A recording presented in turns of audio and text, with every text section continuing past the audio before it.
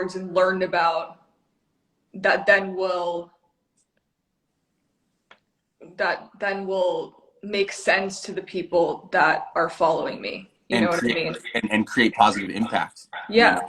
And that's why I'm so proud of you and so inspired by you, because I'll tell everyone a quick story. Like when you had, you know, Carlos and me fly out to New York and do that do the Reebok event, and you Yeah. launched your line. I just want to tell this quick story because it was so cool, because you put shoes on everybody, like the staff, all the kids that were participating. And there was this moment, this which goes back to like allowing yourself to go for it, because like I said before, all you did was hit.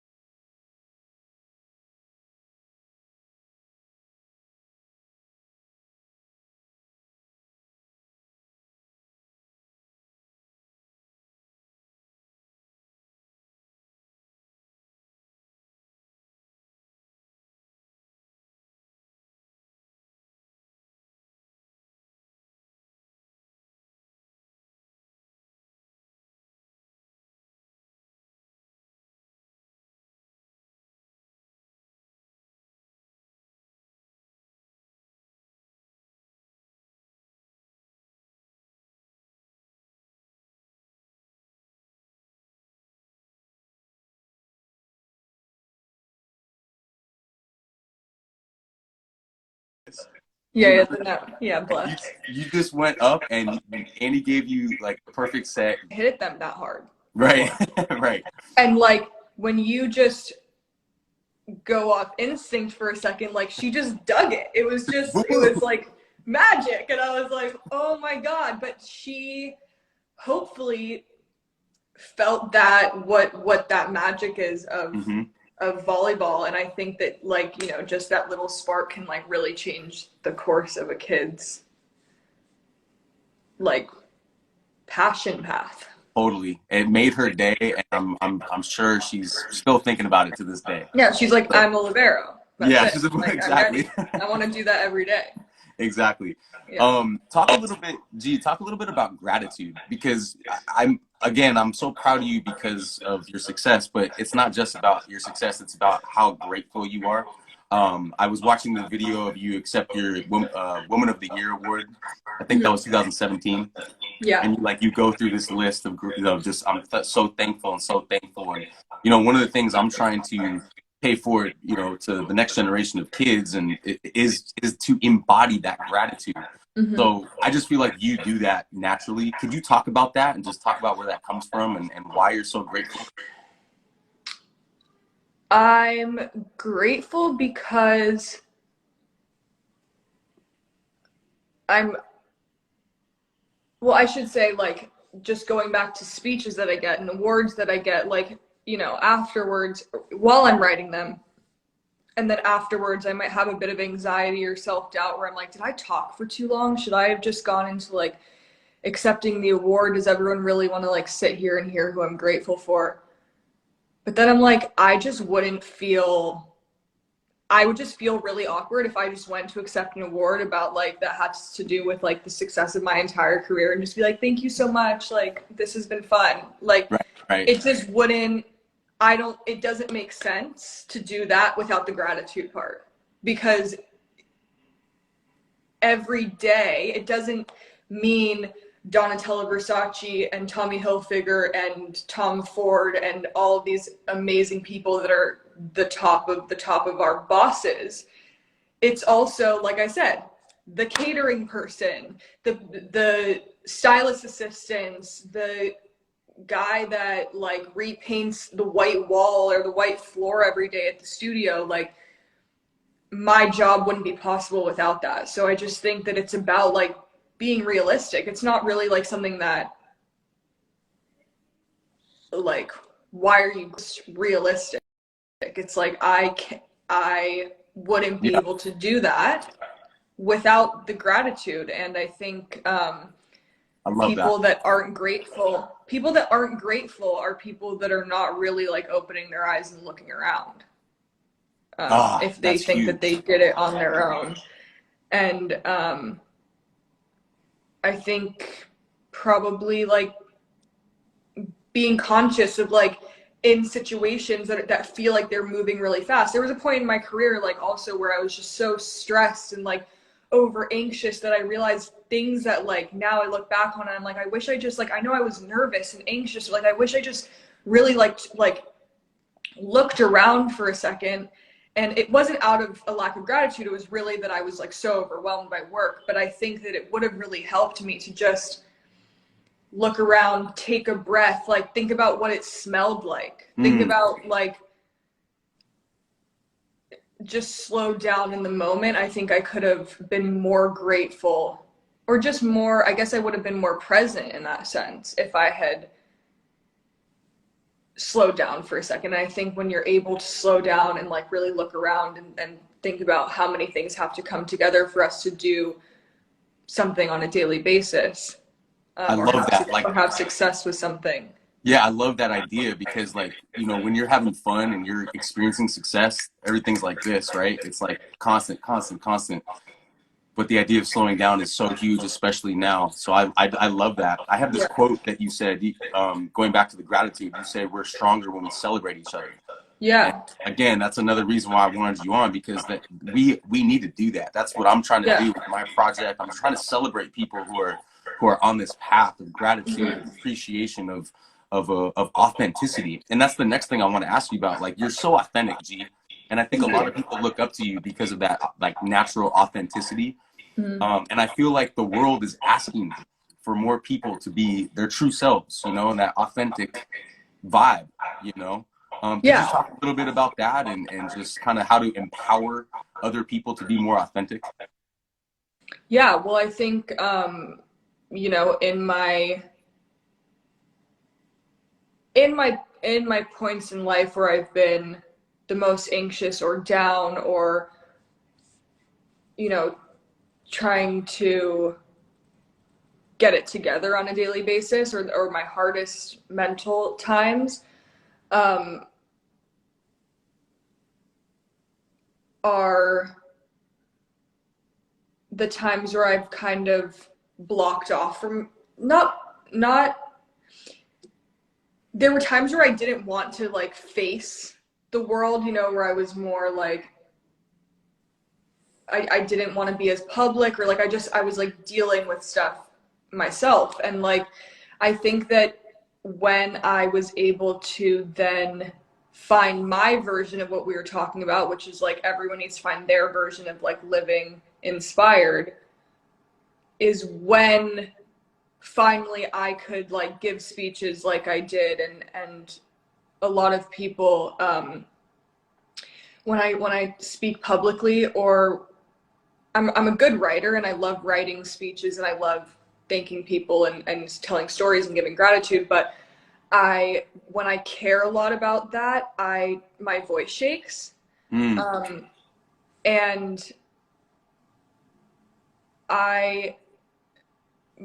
it's because I cared. And I think that when I would start to give speeches like that, I really then tried to be open with like, look, I don't have like all jolly good days. You know what I mean? And I think that once you come out the other side and you're able to be like, okay, that was a human experience. Like now I need to like tell people how I got to the other side, and like hopefully that like can make people find their own way of doing that. And I think that that's where people see me for who I am, because I don't always try to play like the everything's good. You know what I mean? I'm a pretty even-keeled person. I think that I think I've always kind of been that way, in the sense that I'm not gonna overdo it for someone, or like, you know, kiss ass for no reason. I just like I try to be like as even keeled and therefore like genuine at all times, instead of you know, trying to push something that I'm not feeling. Really, you always have to be polite, and you always have to come with respect and professionalism. But when I learned that as long as you're assertive and polite, you never will get to a point where you feel like you're being a yes person just to make everyone else happy, and then get to a point where you feel taken advantage of and then blow up on people and be someone that you don't want to be, where it comes out sideways. And when I learned that, it helped me so much, because in the beginning of my career, I had a hard time with saying no to jobs, telling people what I was comfortable with at times. And that was a struggle for me. And I think that that's where I would then feel taken advantage of, or feel like I was too in over my head, because I was trying to make people happy and show that I was grateful and show that I wanted to work hard and show I deserve to be here, because I know I come from privilege, and I know that, like, you know, a lot of girls that are my coworkers are literally doing this to send money home to their families, and I wanted to prove that I deserved to be there with them, because I have such respect for them that I would push myself too far. And when I learned that, like I said, being assertive doesn't mean you're a bitch. It means that you are balanced and you know what your boundaries are. And I think that that comes off as genuine in the end. Absolutely. As long as you're polite and like I said, professional, you can say what you want. And like anyone that has a problem with that, that's usually like their own problem. Right. That is so huge, Steve. Like, I just want to touch on that for one more second, and I'm watching the clock too. So no, it's okay. It's fine. Trying here, but I want you to. I'll tell you when I have to like go pack. Okay. Sounds good. I wanted you to touch on FOPO, because I just feel like this is a huge issue for all of us, myself included. Fear of other people's opinions. I feel like kind of just like you've been able to look at that and just smash that, just like you smash a volleyball. You're like, I try, and like I'm glad it comes off like that, but no, I still like definitely care about like other people's opinions, and sometimes too much. But that's something that I work on every day, where it's like, why do I care about that person's opinion? And there's certain people's opinions that I don't care about, but I think that when I do care about someone's opinion, it's either like there's either a self-conscious or a realistic voice in the back of my head that's telling me something that I'm not listening to, or that I'm trying to push away. I think it's important to like look at why you care about someone else's opinion, because obviously it's not good to blow off everyone's opinion. Right. But does that matter in the scheme of people that I respect for a reason, right, that have taught me something that I look up to for, like, there's certain people that you want their opinion for a reason. There's other people that you have to realize don't really understand the full story. Right. And I think that that's with social media a huge thing, is like no one's ever going to really know the full thing. And like if you're taking people's opinions on their knowledge of 1% of what's going on, then like it's just a waste of energy. And again, that's not something that comes easy to me. I still have to work on that, because you can look through 100 positive comments and you remember the one negative one. Right. Right. But also like being realistic. Like now I know when I go into an interview, I mean, obviously I know what I'm willing to or not willing to talk about, but also you have to realize like whatever you say, there's going to be someone that has a problem with what you say or how you do it or whatever. And you can't please everyone ever. Totally. It's just I think that skill set of having tunnel vision, as well as being open to people that can inspire you and can help you with your journey. I think that's the balance that I'm talking about here. Yeah, exactly. Yeah.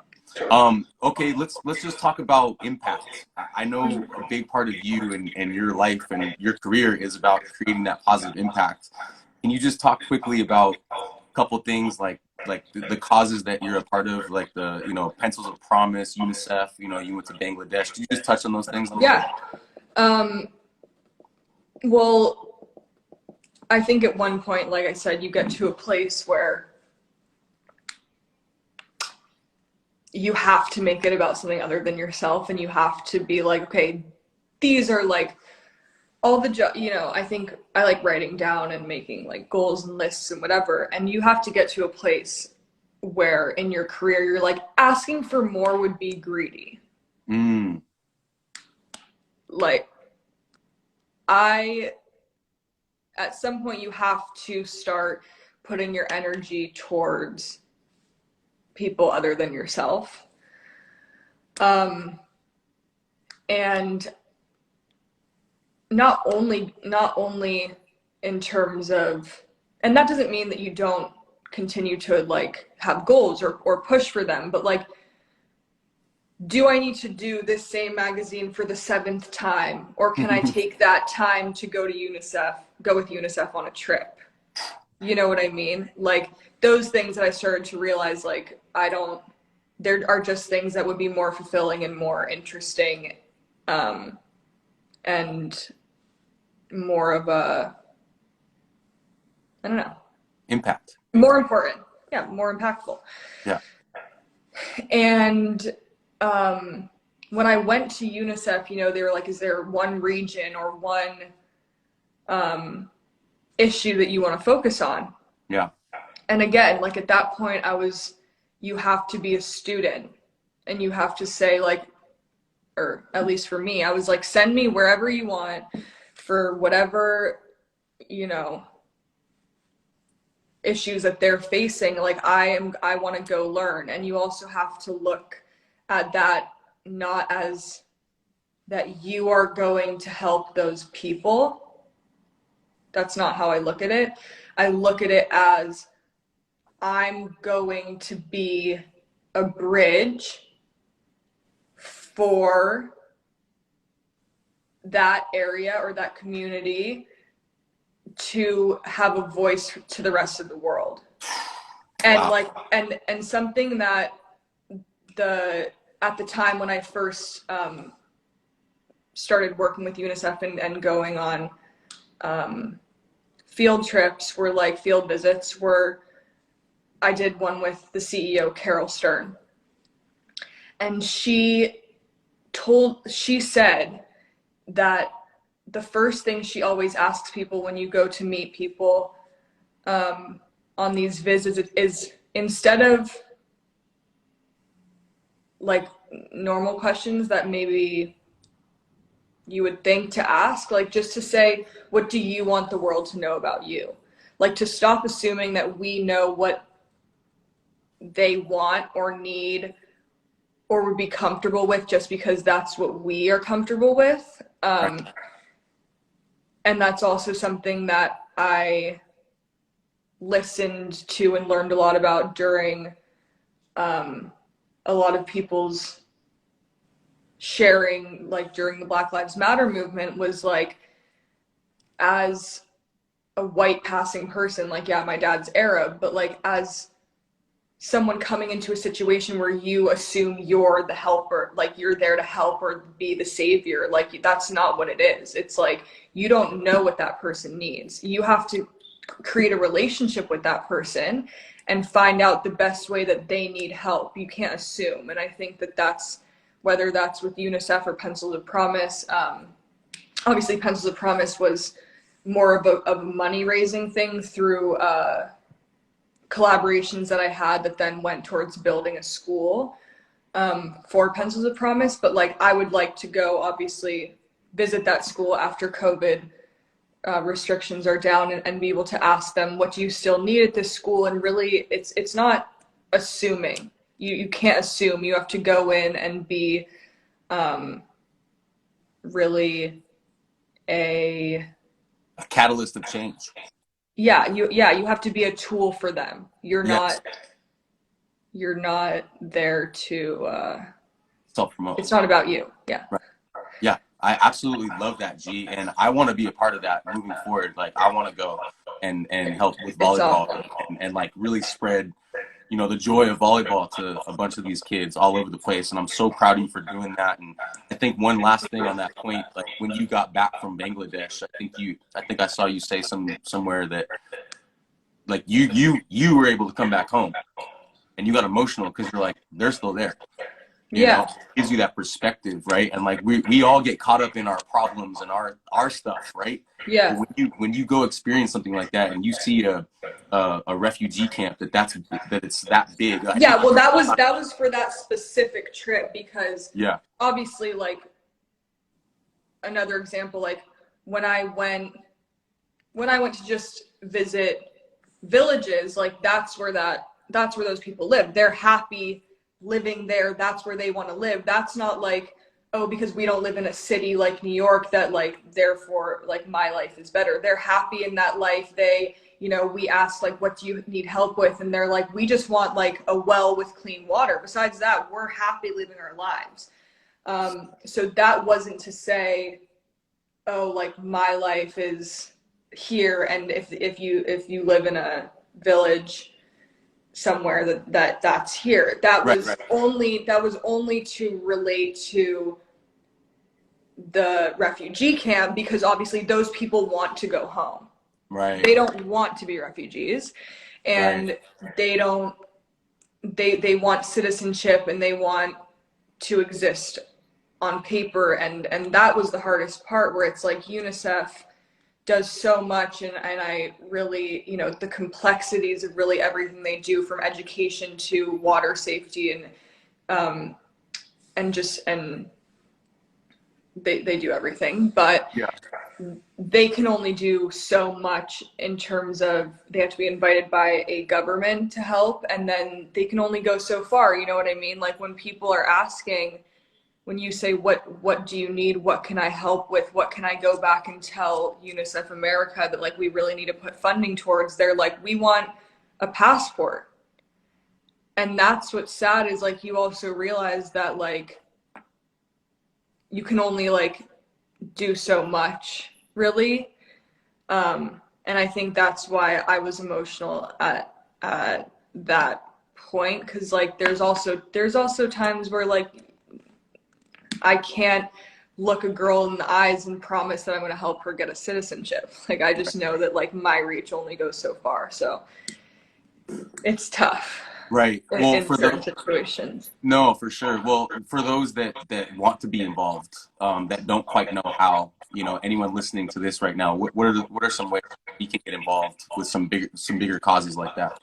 Well, I know that for UNICEF, you can go online to become a volunteer, and there's different, I think you can maybe choose what you're interested in terms of, like I said, regions or issues. And I think that there's then a process to become part of that club. And then, but we also have to start like in our backyards. And I Right. think that people look at a UNICEF trip, because we all grew up, you know, trick-or-treating with our UNICEF coin box, that like like it's like an aspirational version of like helping and doing. But then because that's like, oh, that's overseas somewhere, we forget like to look at our sidewalk and see what's happening. So it's like, you also, everyone can be creative in their own way, and whether that's a community pantry or fridge, or just to go talk to people. Like, it doesn't have to be about money or Love that. what you can give in terms of like wealth or material things. You can also, like, if you're good at, this is an example that my friend Sophia Rowe gave when she was talking about helping like Black businesses in your neighborhood, like that you can go and just start a relationship with the shop owner, right? And don't right away ask, how can I help, or whatever. It's like, you can go learn about that, and she'll be like, oh, I just really need, like, I just really want more customers, right? If you're good at designing posters, and like you just want to like draw a poster for her and go copy 100 posters at like the FedEx store, and then go give them around. It doesn't take like what sometimes we think is obvious ways to help. It's like little things that you can lend your talent, or even just to teach her, or make her an Instagram account for her plant store. You know what I mean? So to be creative with what you're good at, and to give that in small ways is good too. I absolutely love that. To me, that means project help each other, right? Like, that's something I came up with, and I love that you use your platform to continue to do that. So good on you for that. Keep doing it. You know, as your platform gets bigger and bigger, and your reach keeps expanding, like keep that message going. And that's something for me too. Like, we as leaders, because you remind me of inspired leadership.